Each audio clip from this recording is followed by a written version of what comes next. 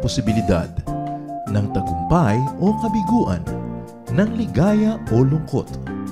Kaya marapat lamang na tanggapin si Jesus bilang tagapagligtas at Panginoon. At matapos yun ay panariwain ang katapatan at paglapit sa Kanya bawat araw o day by day.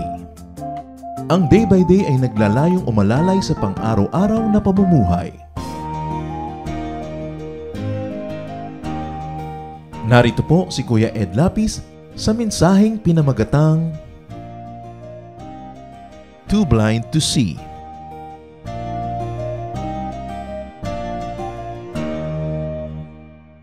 Matthew 5:15-14. Stay away from those Pharisees.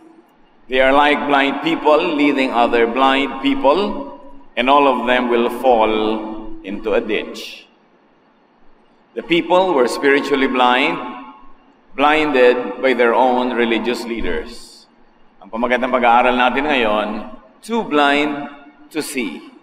Masyadong madilim ang paningin kaya walang makita.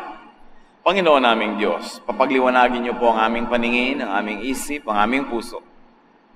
Patawarin niyo po kami sa aming mga kasalanan at ngayon mangusap kayo ng may kapangyarihan.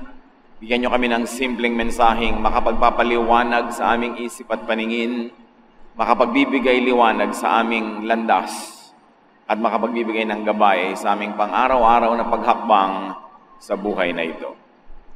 Dalangin namin kayo po ang maging tunay, kaisa-isa naming tagapangaral. Gamitin niyo lang inyong lingkod, ngunit kayo ang maging tagapagsalita. Teach us, lead us, heal us, empower us. In the name of Jesus, your Son. Ang pag-aaral po natin manggagaling sa aklat ni Lucas, Luke chapter 4. We will begin with verse 16. Jesus went back to Nazareth, where he had been brought up, and as usual, he went to the meeting place on the Sabbath. Matapos ang Panginoon ay gumawa ng mga una niyang mga himala sa ibang lugar, hindi sa kanyang hometown, siya ay umuwi sa Nazareth, kung saan siya ay pumunta sa synagogue, kung saan mayroong mga tradisyonal na pagtitipon-tipon sa araw ng pagsamba. So there was this tradition that the Lord followed, and he went to a traditional meeting, and in that meeting, they're going to read a traditional text. Sa pagtitipon-tipon sa synagogue, ang templo ay nasa Jerusalem, subalit sa mga maliliit na mga bayan-bayan, may mga synagogues, bahay dalanginan. Nagtitipon-tipon sa araw ng pagsamba ang mga tao at sinasariwa nila ang kasulatan. May nagbabasa at may nagpapaliwanag kadalasan ng mga kahulugan nito. At ang Panginoon ay pumunta sa isang ganong pagtitipon. Natawag siya upang siya maging tagabasa ng scripture sa araw na yon. Luke 4:16-18. When he stood up to read from the scriptures, he was given the book of Isaiah, the prophet. He opened it and read, "The Lord's Spirit has come to me, because he has chosen me to tell the good news to the poor. The Lord has sent me to announce freedom for prisoners, to give sight to the blind, to free everyone who suffers, and to say, this is the year the Lord has chosen." Ang Isaiah ay isa sa mga pinaka-popular at pinaka-makapangyarihang kasulatan sa Lumang Tipan. At syempre, nung panahon ng Panginoong Hesus, wala pa namang New Testament. Ang talagang binabasa ay Old Testament scriptures. At sa binasa ng Panginoon na ito galing sa Isaiah, ito ay tumutukoy doon sa darating na Messiah, sa darating na tagapagligtas. At ang sinasabi dito, ang propeta ay nagsasalita para doon sa darating na propeta, ay pinili daw ng Espiritu ng Diyos itong sugo na ito, at pinili siya upang magbalita ng magandang balita sa mga kapuspalad, sa mga mahihirap, para niya ideklara ang kalayaan para sa mga bilanggo, magbigay ng paningin sa mga bulag, at palayain ang mga nagdurusa. Sabi ng kasulatan, ang panahon na yon ay dumating na sa oras na ito. Those were being said in the past, but now this was the reading that Jesus was asked to deliver before the congregation. It was prophecy, but it was exactly about Jesus. At hindi aksidente na siya ang hinirang na magbasa nito matapos niyang gawin ang mga himala na patunay at patuloy na magpapatunay kung sino siya. Ito'y parang echo ng Luke 4:18 na binasa natin. The Lord's Spirit has come to me. Yun ang binasa ni Jesus. At alam natin that after baptism, after the Lord was baptized, Matthew 3:16 to 17, so was Jesus baptized. And as soon as he came out of the water, the sky opened, and he saw the Spirit of God coming down on him like a dove. Then a voice from heaven said, "This is my own dear Son, and I am pleased with him." Matapos ang Panginoong Hesus ay mabautismuhan, bumuka ang langit, nabuksan, bumaba ang Espiritong Banal na anyo ay parang bumababa na dove, na siyang logo natin sa day by day, parang bumababang dove na parang korteng apoy, which is also the symbol of the Holy Spirit. Fire and dove. At may tinig na nadinig at sinabing, ito ang aking minamahal na anak, kinalulugdan ko siya. So, sa Matthew 3:16 to 17, sa bautismo ni Jesus ay natupad ang prophecy ng Isaiah. Dahil si Jesus ay dumating, and it was the first public declaration of who Jesus really was, the Son of God. At balikan natin ang Luke chapter 4 verse 18 na binasa ni Jesus. Because he has chosen me to tell the good news to the poor. Now, Jesus was no longer reading this as prophecy of the past, but he is reading this as a fulfillment in the present, in his present time. Sabi niya, he has chosen me, meaning the Lord, to tell the good news of the poor. And actually, the good news of the poor is salvation by faith. That's the good news, because the bad news is salvation by works. Na yung itinuturo ng relihiyon ng Israel na walang katapusang paggawa, walang katapusang performance, walang katapusang pagsisikap to be perfect, bad news yun because nobody could be perfect. No one is righteous, not even one, the Bible says. So bad news pag salvation by works. But Jesus was sent by heaven to declare the good news, salvation by grace, through faith in Him. And sabi niya, to tell the good news of the poor, not to the financially poor, but to the poor in spirit. To those who are religiously impoverished. At yan ang Israel, mayaman sa relihiyon, pero mahirap ang espiritu sa lahat kulang. Punong-puno ng hirap, at yung mga relihiyoso ay punong-puno ng pagkukunwari. Poor in spirit. At yan ang sinasabing, blessed are the poor in spirit because they will be enriched. They will be taken care of. Basta ina-acknowledge mo, tinatanggap mo na poor in spirit ka. Sino ba yung rich in spirit? Yung nagkukunwari o yung nag-aakala na siya ay made, siya ay okay na, siya ay perfect na, tama na. Hindi na yun mabe-bless. Kasi self-righteous na. Pero yung umaamin, tumatanggap na siya ay kulang na kulang, yun ang pagpapalain. At sabi ni Jesus, He has chosen me to tell the good news to the poor.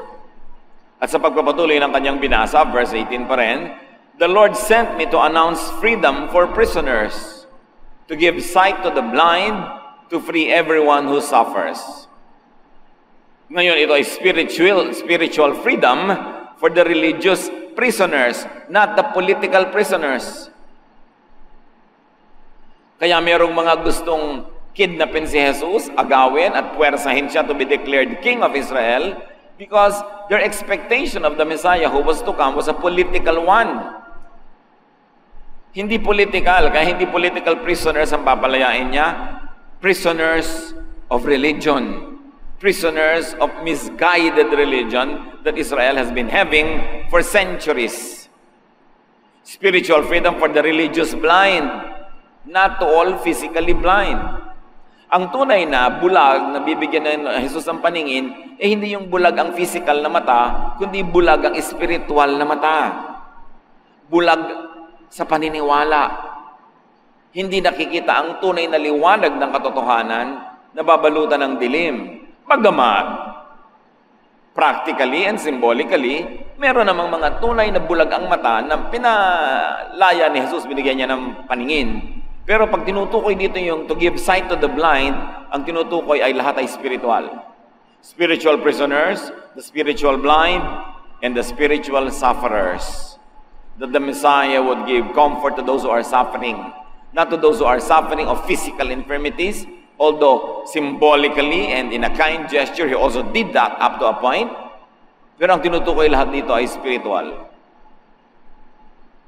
And Jesus made it clear sa kanyang katuruan sa Matthew 11:28 to 30, which is the cornerstone of the Jesus doctrine. If you are tired from carrying heavy burdens, come to me and I'll give you rest. Take the yoke I give you, put it on your shoulders, and learn from me. I am gentle and humble, and you will find rest. This yoke is easy to bear, and this burden is light. Once more, in accordance with the spiritual ministry of Jesus, ang rest na tinutukoy niya ay hindi pahinga ng katawan, kundi pahinga ng loob, ng kalooban, pahinga ng espiritu. Bagamat, meron ding dimension ng pagpapahinga ang katawan, pero hindi yun ang main teaching. Ang tunay na dahilan ng pagparito ni Jesus ay upang pagaanin ang bigat na dinadala ng mga tao. Hindi bigat ng finances, hindi bigat ng politics, bigat ng religious practice that does not give them rest anyway, na nakakapagod lang. Yung kabigatan na tinutukoy niya ay yung mga ipinapataw na pabigat ng mga Pharisees, ng mga religious leaders sa mga tagasunod. Hirap na hirap, pigang-piga sa kutakot-takot na ambag at pagbibigay. Hirap na hirap sa matataas na mga ibinaset na mga standards na wala namang makasatisfy. Hirap na hirap sa pagkukunwari at pagpapanggap na sila'y okay habang itinatago ang mga tunay na kahinaan at mga sugat ng loob. Hirap na hirap ang mga tao at si Jesus ay pinadala ng Ama para palayain sila sa religious oppression na ito. At ang pagpapalaya ng Diyos ay hindi pangungunsite sa kasalanan, kundi pagpapatawad ng walang patakaran. Pagtanggap sa mga kulang at pinupuno ng pag-ibig ng Diyos. At pagpapagaan ng kanilang mga pasanin sa pamamagitan ng pagbibigay ni Jesus ng kaisa-isang batas lang, which is love. Sabi niya, I came to fulfill the law.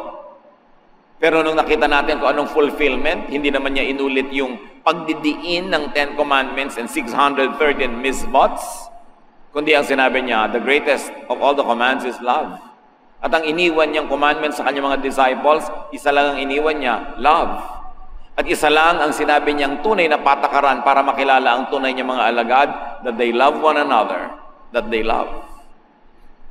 Nakakapagpagaan, nakakapagpaluwag ng dibdib, nakakapagpasaya. Yun ang ministry ni Jesus, nakabaligtaran ng ministry ng religious system of His time. At sabi sa Luke 4:19, and to say, this is the year that the Lord has chosen. Yan ang sinabi at binasa ni Jesus. Sa pagpapatuloy, Luke 4:20 to 21. Matapos magbasa si Jesus, Jesus closed the book, then handed it back to the man in charge and sat down. Everyone in the meeting place looked straight at Jesus. Then Jesus said to them, what you have just heard me read has come true today.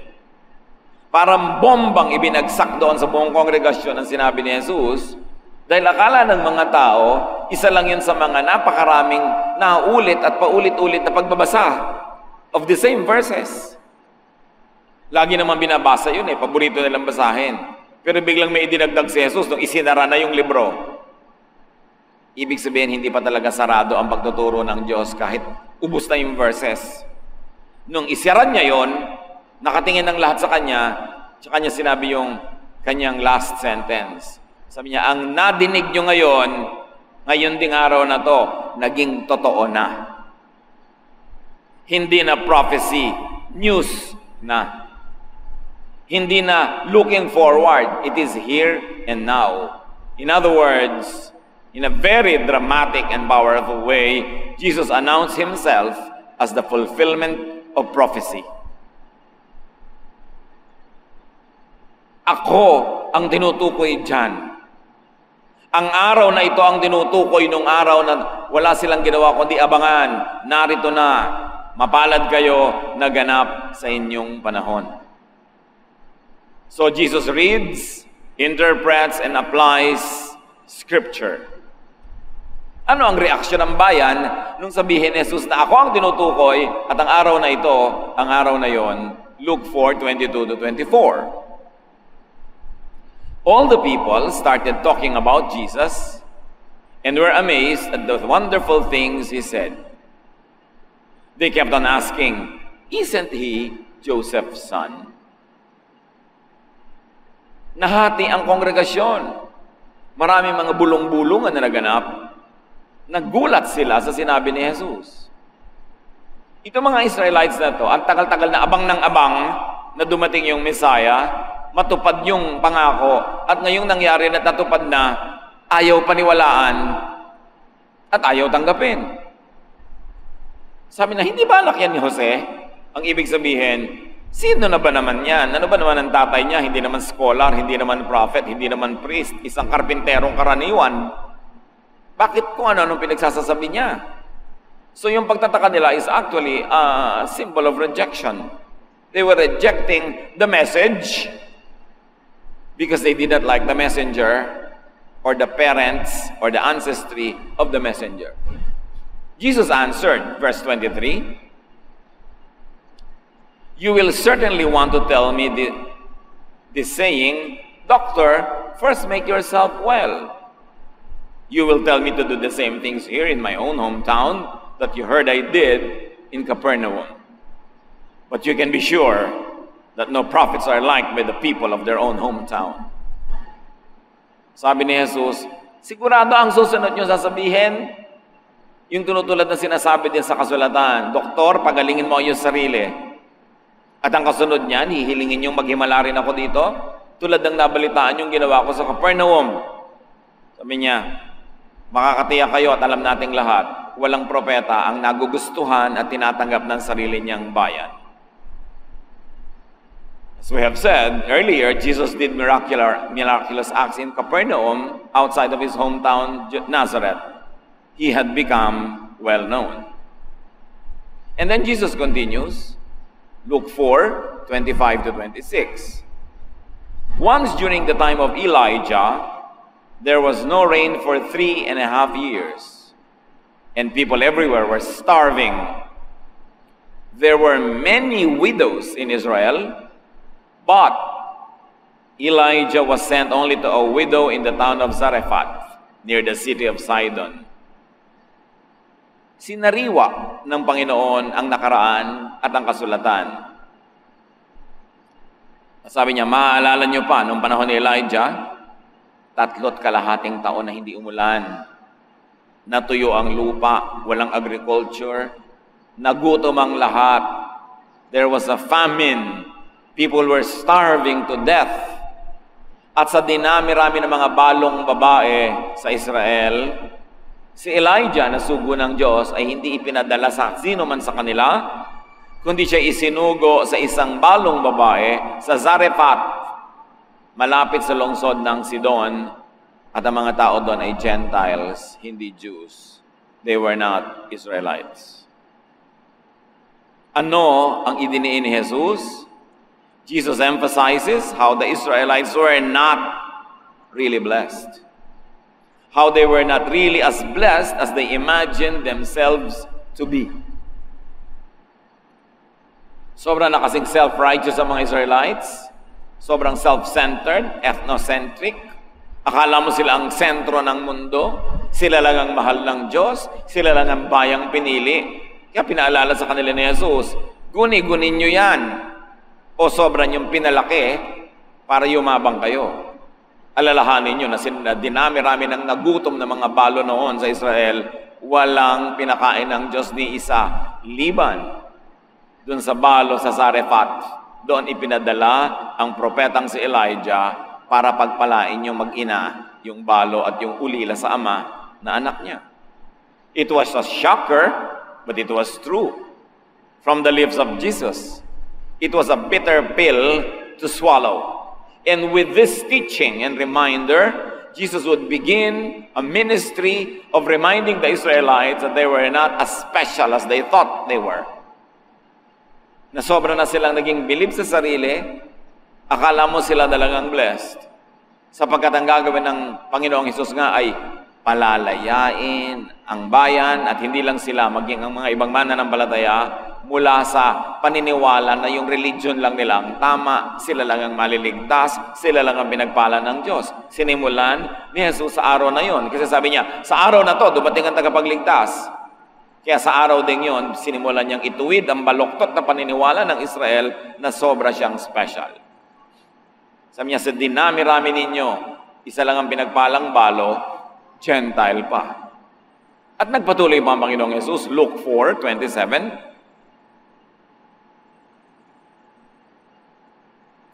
During the time of the prophet Elisha, many men in Israel had leprosy, but no one was healed except Naaman who lived in Syria. Elijah and Elisha were two of the greatest prophets. At sinabi pa ng Panginoong Jesus, noong panahon naman ni Elias, ang dami-daming lalaki sa Israel na may ketong, pero walang pinagaling ni isa, liban kay Naaman na Gentile, foreigner, taga-Syria. Ano na naman ay dinidiin ng Panginoon? Kung inaakala nyo napaka-special nyo, mag-isip-isip kayo, hindi ba kayo nakababatid ng nakaraan, ng kasaysayan, na ang daming panahon ang pinagpapala ng Diyos, hindi Israelite, kundi mga Gentiles? Sobra na kayong yumabang. Ang pinagbabasihan nyo na ng inyong spiritual security ay ang inyong ancestry, ang inyong dugo, ang inyong bayan, hindi na ang personal na relasyon nyo sa Diyos. Kaya huwag kayong pakasisiguro na laging kayo ang pagpapalain dahil maging sa kasaysayan ay napatunayan na hindi yan totoo. Jesus emphasized how the Israelites were not really blessed. Were not really as blessed as they imagined themselves to be. Jesus emphasized that the Israelites were not really that chosen. Another bitter pill to swallow. Hindi madali sa kanila na napapaniwala nila kanilang mga sarili that they were the chosen race, the chosen nation. Sabi ni Lord, well, chosen up to a point, but don't think that it's a blanket choice that is always you, no matter what. Pinatunayan sa kasaysayan na hindi ganyan ang application ng konsepto ng being chosen. You were chosen to be an instrument to be a blessing to the nations, pero hindi lang kayo ang chosen to be blessed. Jesus critiqued Israel's religious poverty and bankruptcy. Actually, all his life, that's what he would do. Jesus showed how Israel was so spiritually lost in spite of Israel's religiosity. And Jesus exposed the failures of Jewish religiosity and spirituality. Na sa kabila ng maraming dasal, sa kabila ng sobrang relihiyon, ang mga tao were morally bankrupt. The priests were so bad to the people that they led. Everybody was forced to be hypocritical because nobody wanted to be stoned to death. Nobody would expose the real wounds to be healed. They covered those wounds with makeup, with cosmetics of religiosity. Then here comes Jesus like a fresh wind from the desert, blowing away at the sands that the people have piled over their realities. And their skeletons, their wounds, were now being exposed. At masakit yun sa kanila. Jesus was sent as the real and only image, personification, message and messenger of God versus Israel's corrupt religious tradition. Si Jesus ay ipinadala ng Ama bilang maging imahen, refleksyon, kinatawan, mensahero at mensahe mismo ng Diyos laban sa kabulukan ng relihiyon at tradisyon ng Israel. Kaya sa John 1 verses 10 and 14, sa pagtukoy kay Jesus, sabi, the Word was in the world, but no one knew Him.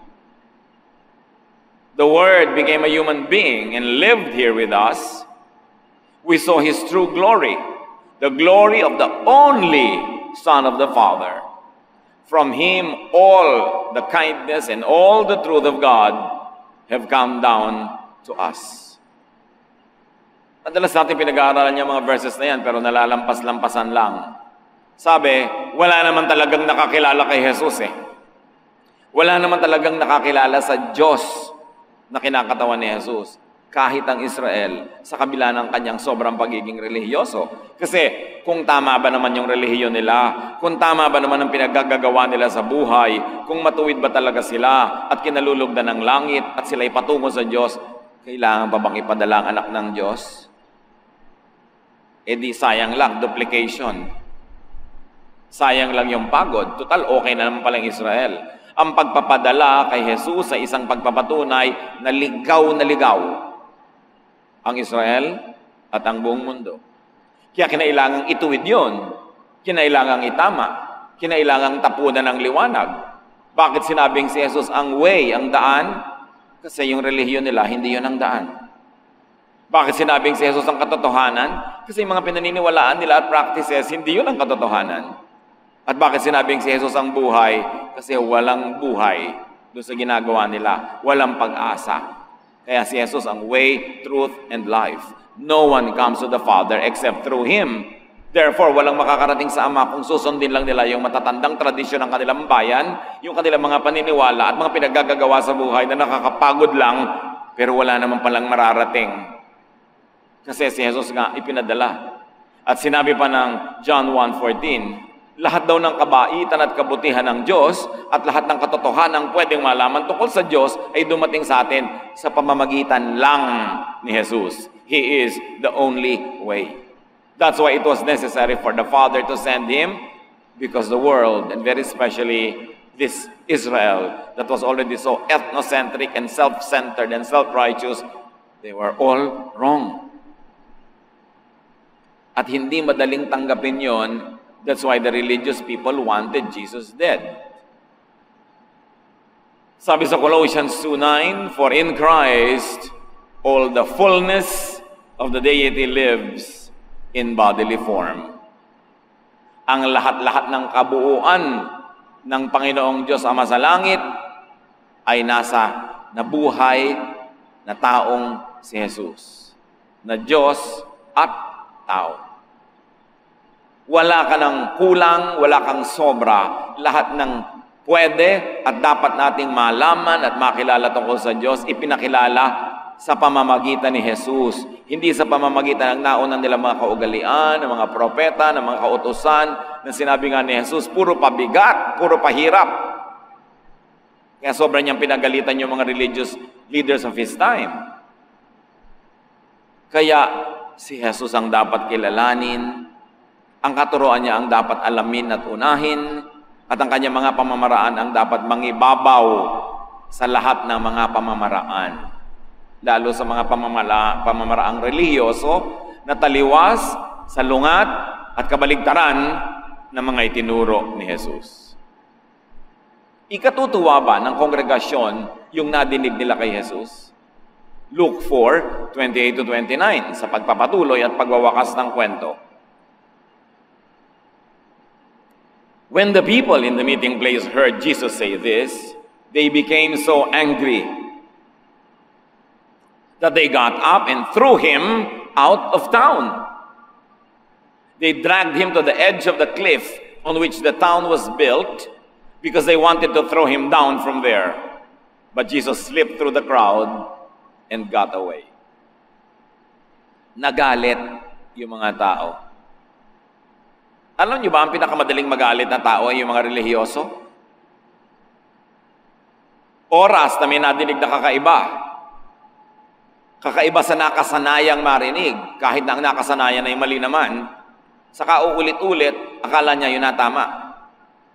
Ang pinakamadaling magalit mga relihiyosong tao, madaling ma-offend, At pinakamadaling maging malupit, mga relihiyosong tao, lalong-lalo kung sa palagay nila, sila'y nagiging malupit dahil ipinagtatanggol nila ang katotohanan ng Diyos, that they are defenders of the faith. Kitang-kita sa kwentong ito, kauna-unahang public teaching ni Jesus, kauna-unahang public preaching and ministry, violence ang naging ending. Nagsiklab ang galit ng mga tao nung binigyan sila Jesus ng salamin at nakita nila ang kanilang mga sarili. Ang gusto lang kasi makita ng tao ay mga guni-guni tungkol sa kanyang sarili. Pero pag sinabihan mo ng totoo, sa iyo magagalit. Para mga taong ayaw pumunta sa doktor, gusto lang pumunta sa mga manikurista at mga therapist para masaya. Pero pag tunay na doktor at dentista, ayaw puntahan. Kasi masakit magpagaling ng sugat. Pero walang ibang paraan. Bagi ang paglalanggas at paglilinis ng sugat ay masakit. Pero yun ang dapat. At yun ang ginagawa ni Jesus.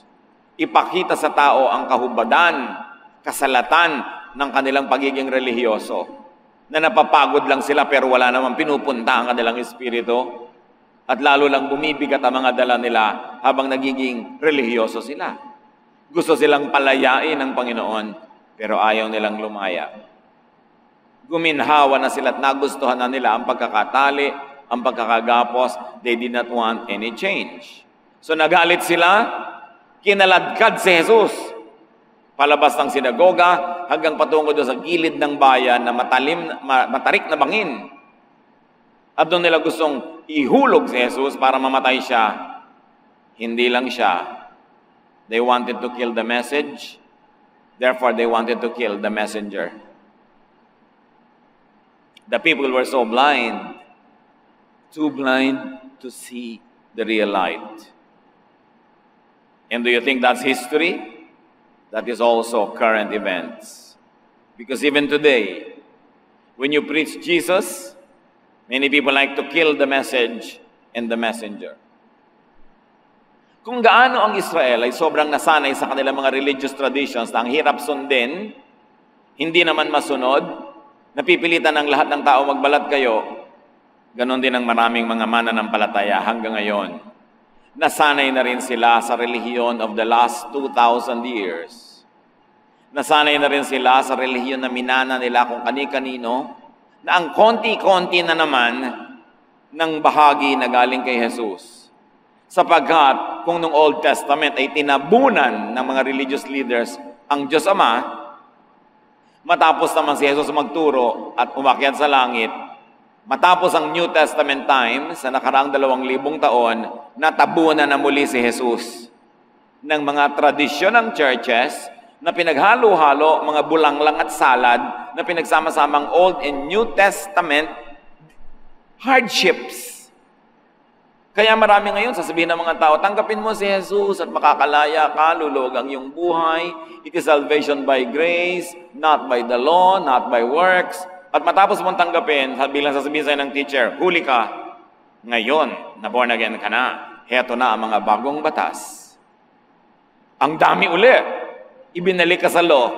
Matapos kang libangin na by grace, yung pala i-maintain mo na naman ang holiness mo by law, takot-takot na mga inimbentong mga bawal na ninong panahon ni Jesus hindi niya na-imagine na magiging bawal pala. Tinabunan ang Diyos Ama noong Old Testament times. Noong New Testament times, ibinalik ni Jesus ang Ama sa pamamagitan niya dahil siya ang personification of the Father. Pero matapos ang panahon na yon, sa nakaraang kasaysayan ng lahat ng uri ng denominasyong Kristiyano, anumang sekta yan, anumang kongregasyon yan, marami na namang nadagdag na mga tradisyon invented by men. Marami na namang nadaming mga bawal. Kaya ngayon, para rin nung panahon ng New Old Testament at panahon ni Jesus, ang mga nagkakasala, kailangan mag-underground, kailangan magtago, daluusigin. Kailangan mag-pretend na okay sila. At ang mga Kristiyano ngayon, tulad din ng mga panahon ng Old Testament, judgmental, gustong laging mambato, gustong laging mangusig, bumalik lang. Kaya panahon na para ibalik uli si Jesus sa kanyang church. Dahil matapos ang 2,000 taon, siya naman tong natabunan. Most of the church is much like The Jesus hearers in Nazareth, they are blinded by tradition. At pag sinabi natin ngayong tradition, hindi na Old Testament tradition, kundi post-New Testament traditions, at dinagdagan pa ng ilang piling-piling Old Testament traditions, mas sumirap. They are stuck with tradition, and they have so much tradition that there is no space for Jesus. Kaya ang sabi ng John 1, 9 to 11, the true light that shines on everyone was coming into the world. The Word was in the world, but no one knew Him, though God had made the world with His Word. He came into His own world, but His own nation did not welcome Him. Kung hindi winelcome ng Israel noon si Jesus, ang tanong, welcome ba si Jesus ngayon sa Christian churches? Ang instant reply siyempre ng Christians, yes. Pero suriin, si Jesus ba talaga ang center ng Christian churches? Teachings ba niya talaga ang nangingibabaw? O isa lang siyang motif, isang dekorasyon, but in actual daily life, ang nangingibabaw ay Old Testament prophets, New Testament disciples, nasan si Jesus. At hindi lang yan, yung church tradition, dogma, teachings, invented in the last 2,000 years, added to the burden of present-day believers. Even now, si Jesus hindi pa rin welcome sa maraming churches. Tulad ng ipinapakita ng ilang illustrations, na si Jesus ay pumapasok sa church, nagtutulong-tulong lahat ng mga conservative elders and preachers and teachers na huwag siyang papasukin. Anong ayaw nilang papasukin? Jesus' unconditional love. Jesus' kindness and tenderness. Ang gusto nila, no, we want to be strict, we want to be dogmatic, and we will punish everyone who breaks the law. We've got to put Jesus back to Christianity. Yung mensahe ni Jesus noon sa kanyang original hearers sa Nazareth, totoo pa rin ngayon. Be free from religious molds that do not conform with and contradict the teachings of Jesus. See the light of Jesus. Overcome the darkness of religious tradition and blindness. Sa mga nasa isip natin, mga kapatid, na tama at mali, dapat at hindi dapat, sukatin nyo sa pamamagitan ni Jesus. Sa teachings ni Jesus. After all, Kristiyano tayo. Overcome the darkness of religious tradition. Open your eyes to the real and renewing, fresh and refreshing teaching of Jesus. At para nyo malaman kung galing kay Jesus, dapat ang bunga, restful, peaceful. Kasi sabi ni Jesus, I come to give you rest.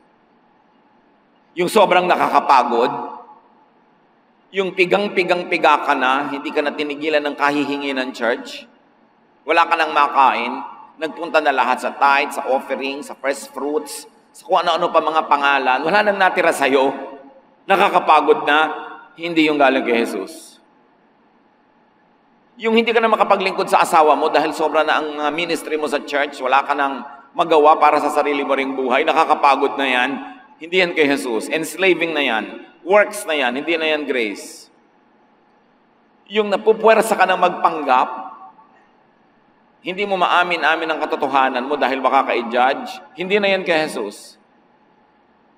Yung lagi kang nako-consider na unclean, outcast, meron kang kino-consider na unclean and outcast, that's not from the Lord. That is from the priests of the Old Testament. Yung sobra kang self-righteous, wala kang ginawa kundi hanapin, usigin ang mali ng iba, hindi na yan galing kay Jesus. Yung sobrang pagod na pagod ka sa kalilingkod, wala ka na rin pahinga, hindi na rin galing yan kay Jesus. Kasi kahit ang mga disciple niya, nung pagod na, nagmi-minister sa mga may sakit at mga gutom, niyaya niya muna mag-retreat para magpahinga eh. Mabait si Jesus. Maunawain, mapagmahal, mapagpatawad. Pag hindi ganon, hindi yun kay Jesus. Kahit nagpapanggap na Christian. Dapat nang tanggalin ang mga maskara. Dapat tapunan ng liwanag ang maraming madidilim na sulok, even of the Christian churches. Dapat papasukin si Jesus, kung hindi lang sa puso, kundi sa church. Tinabunan din ang anak matapos ang New Testament times. Ang challenge ngayon, mga kapatid, is to discover and resurrect the Jesus of the Gospels. Not the Christ of the churches. Kasi marami na silang idinagdag na costume, na motif, kung ano-anong mga flavor na wala na yung Jesus. Kailangan yun ang balikan. Put Jesus back to His church. Back to Christianity. Back to our lives. So suriin natin, suklayin ang ating mga paniniwala, ang mga right and wrong concept natin. Tingnan natin kung ganun nga ang kay Jesus o kung kanino lang pala natin napulot. The challenge is to really know Jesus of the Gospels and to evolve, operationalize a Christianity that is really Jesus-based. Lahat tayong may homework, basahin, pag-aralan, pagbulay-bulayan ng Gospels. Unahin yan sa lahat ng pinagbabasa natin kahit galing sa Bible. Jesus is the center of things. In Him, the fullness of the deity lives in bodily form. He is the way, the truth, and the life. Walang iba. Aming Diyos, turuan niyo kami na manumbalik sa iyong anak na si Jesus. Matuto kaming manuri. Teach us to examine our spirituality, our religiosity, and filter it through the love, the teachings of Jesus. Turuan niyo kami maging tulad niya, hindi tulad ng mga propeta o ng mga disipulo o ng sino man, kundi tulad ni Jesus. Pagbulay-bulayan natin ang kahulugan niyan, mga kapatid, ipamuhay and find rest, find life, find peace, and also give to others life and peace and rest. That is what Jesus is all about. Panginoon, sa ilang saglit na ang iyong mga anak ay magbubulay-bulay, gabayan mo upang makita namin kung saan mga definite parts of our lives relevant ang pag-aaral na ito. Teach us. Continue to change us. Continue to make us more and more like your Son, Jesus. Be with the Lord in silent reflection.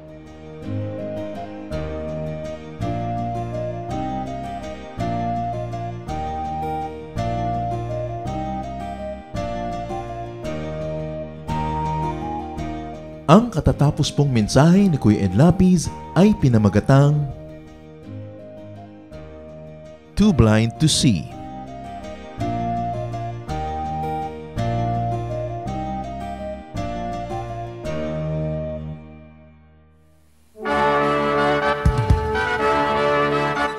Halina't sama-samang sumamba at magdiwang sa Day by Day Jesus Celebration kasama si Kuya Ed Lapiz.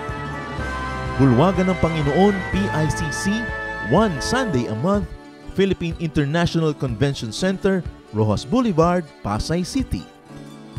All other Sundays, sa mga day-by-day mini-bulwagan ang pagtitipon. Para sa buwan ng Pebrero, gaganapin ito sa February 9, 2025. 8 a.m. ang First Jesus Celebration, 10 a.m. naman ang Second Jesus Celebration. Para sa iba pang detalye, bisitahin ang ating official Facebook page, Day by Day Friends.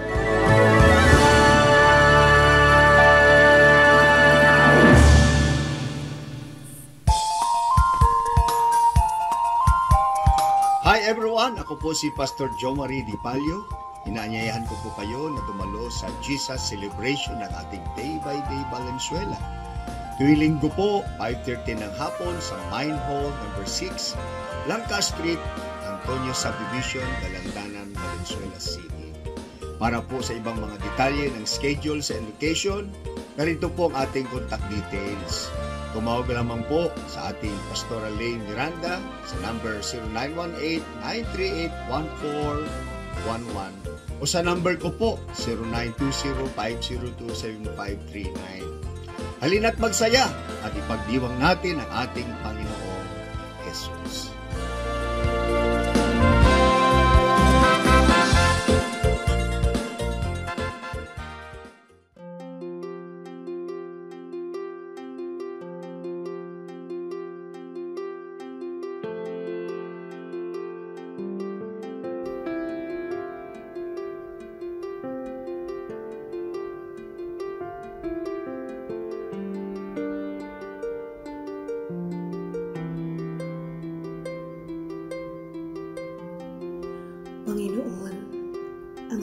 sa akin, lumapit lang sa inyo. Ibig ko'y diringgin, pasanin ay aalisin,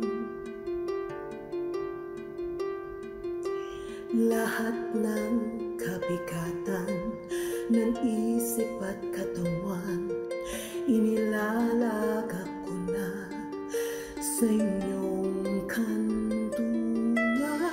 Nais kong madama haplos ng iyong kamay, paghagod sa damdamin, sinisiklot ng buhay. Nais kong madama init ng iyong yakap. Sa sandaling ito, hanap ko ay paglinga.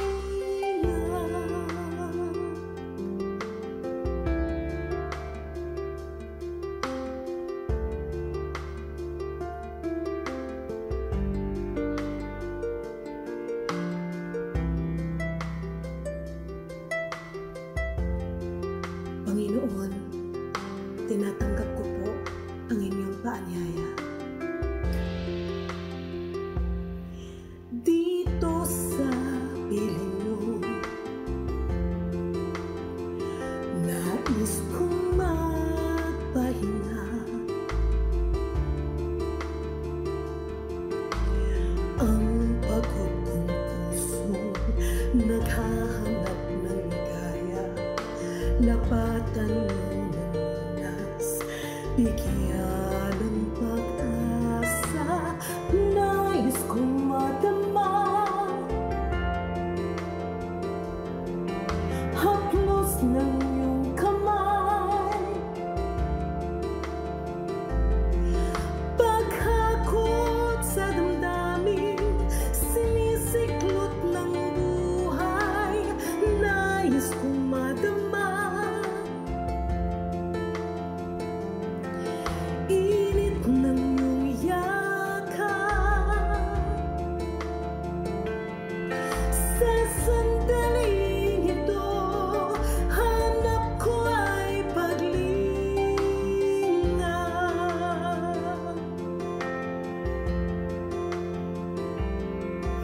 Narito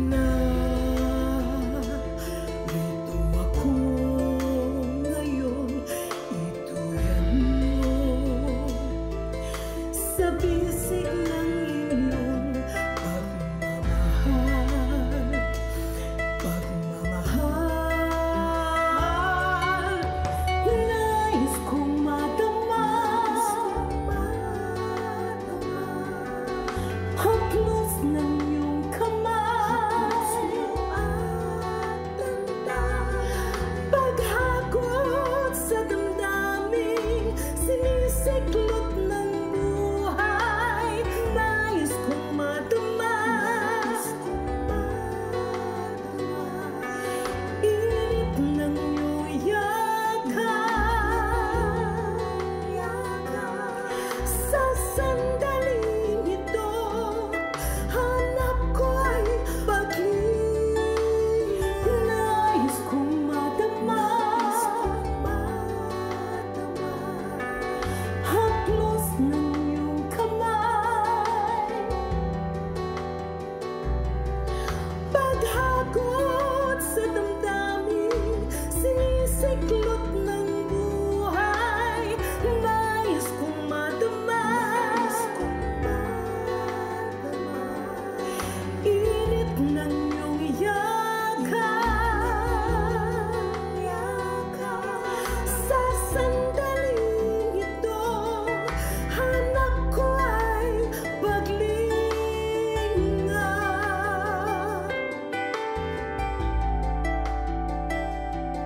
Sa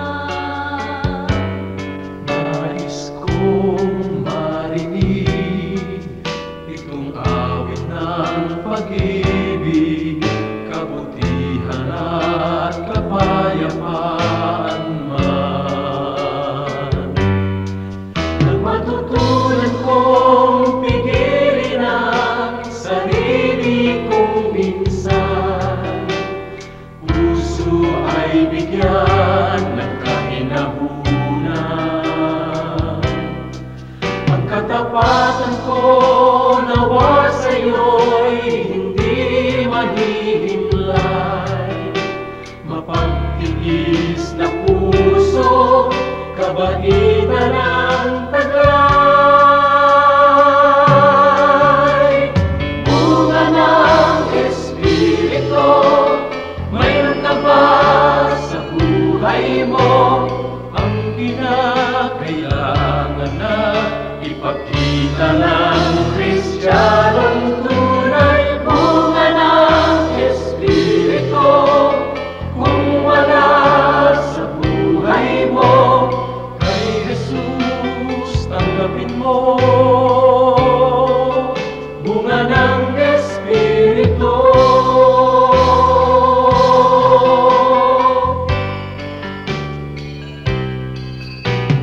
Kay Jesus tanggapin mo. Bunga ng Espiritu.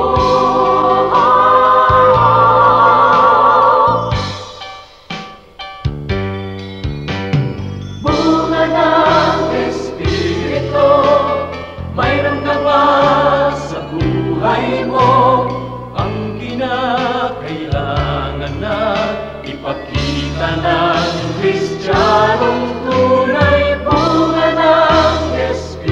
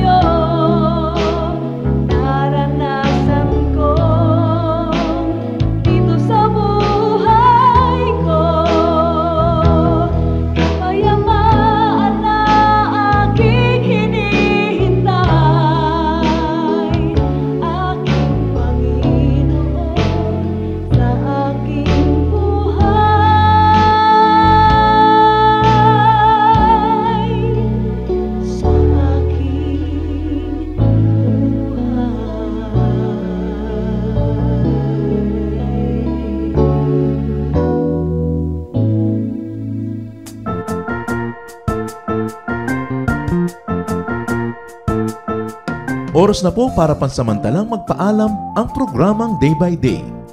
Tayo po'y magsama-sama tuwing ika-6 hanggang ika-7 ng umaga, araw-araw. Magandang umaga po at mabuhay ang Panginoong Hesus!